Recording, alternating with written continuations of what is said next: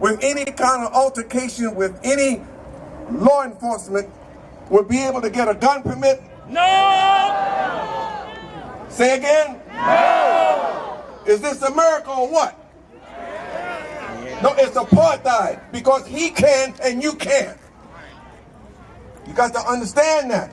This is supposed to be a democracy. Then why is apartheidism the going thing in America when it's supposed to be a democracy? Why is this man free and he's a killer? Now, you also know the parents are Tracy Martin and Sabrina Fulton. You all know that, right? Okay. Do you know that the lawyer is Brother Benjamin Crump? Bad brother, African brother, strong black brother, trying to do a job in a sea of what we can call mystery, because it doesn't make sense what they're doing in Florida. Now, State Attorney Norm Wolfinger must press charges against Zimmerman. That's coming from Benjamin Crump. That's the issue. He must press charges against Mr. Zimmerman. Okay? Now, the neighbors heard screams of Trayvon. They heard the screams. They heard the screams. Sanford Police Chief Bill Lee, there's no reason to doubt Zimmerman's claim of self-defense. That's what this man said, and he should be fired. He should be fired, and then there should be criminal charges brought against him for dereliction of duty.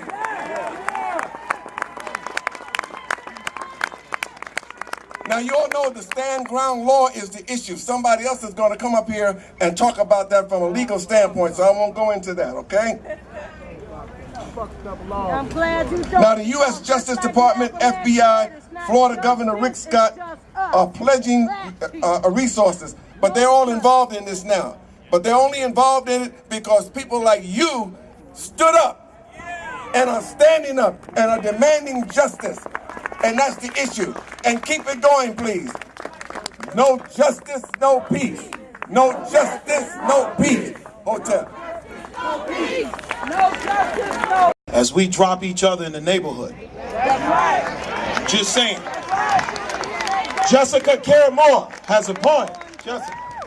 Come on, Jessica.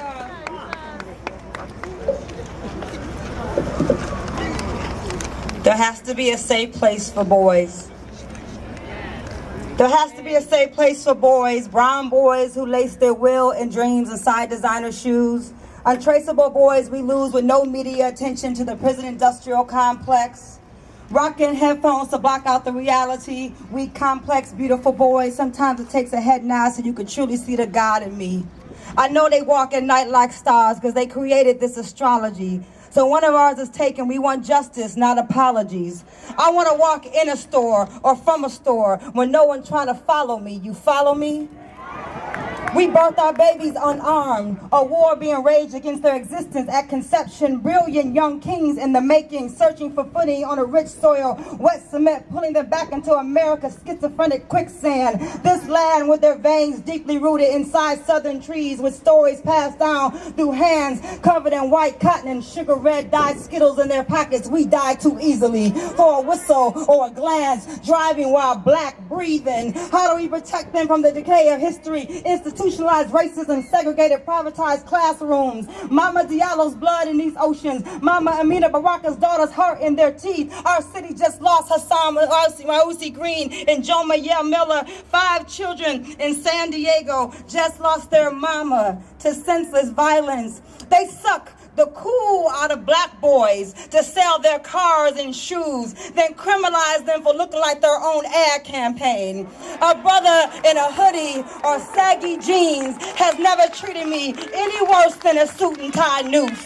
Others of time, we the ones they could not kill. We the chosen, we the excellent athlete, the power suit, the fear, the pilot, the educator, our boys. Targeted while attempting to outlive their circumstance, to walk in a place that detached our legs from trees that bore strange fruit and gave birth to blues. Are we to push them back up into our wombs, to save them from from a life of inhumanity? Where is the Sonia Sanchez haiku vision of peace? We raise our daughters and pray our sons just make it home from school. We bury our daddies too young. I need to say that all of my girls have had guns to their heads, that we have been a crystal city under fire long before any recession, that we have been outliving death since birth. I've been burying my friends since I was 15 years old. Not everyone knows what that feels like. I watched these urban burial grounds eat my friends like lions. My brothers, men, striped tigers I love died here. It's the reason I'm afraid to raise my king here, and I wonder if I ever find my king here. I am a consummate Detroit widow, refusing to wear black, writing obituaries and poems of my 17-year-old niece, Kiara Coachman, beaten to death across the street from my high school neighborhood just months ago. Joy Road. I want to ride you up this street I walked to get to Cody High School, where there are no art installations and gentrification, just invisible morning haiku I left on abandoned cardboard taped on liquor store windows, the same library corner I found Intozaki Shange on. This is the real Detroit the new hipster Detroiters won't recognize. Sanford, Ramallah, Joy Road, Brooklyn, Detroit, Chicago. I see Trayvon in my son's face every morning. Sabrina Fulton is mourning. There has to be a city, a planet, a neighborhood, a block, a village, a farm, a solar system, a safe place for boys, born with Maasai lean legs, deep brown eyes, Cherokee cheekbones, the son our president never had. Another displaced flag in his 17-year-old body, a stranger claiming a discovery, a victory over something you can never discover or win when your peace is in your peace. The beautiful, intangible geography of a black boy's life is difficult to navigate in the narrow, slanted view of American racism. Trayvon Martin refusing to run. In the aftershock of a post-racial lie, we will stand our ground. We will shake the earth like Shango. Awaken mothers who haven't slept since the 1400s in this country anyway. We will align ourselves with humanity. You can't keep killing us randomly. In the name of Malcolm, Martin, Emmett, Betty, Coretta, Harriet, Murley, mothers, Trayvon Martin will pilot the change. Trayvon soaring beyond his 17-year-old years. Trayvon is the defiant wind passing through.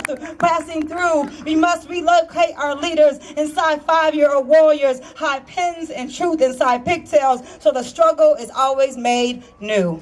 Thank you. Thank you, Donnell White.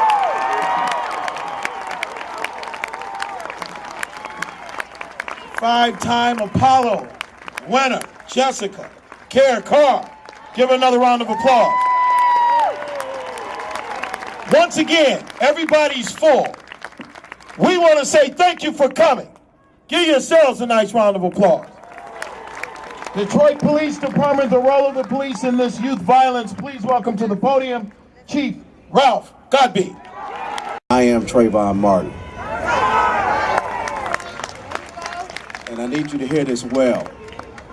Born and raised on the east side of Detroit, I'm a chief of police that happens to work in a community that our black men are marginalized every day.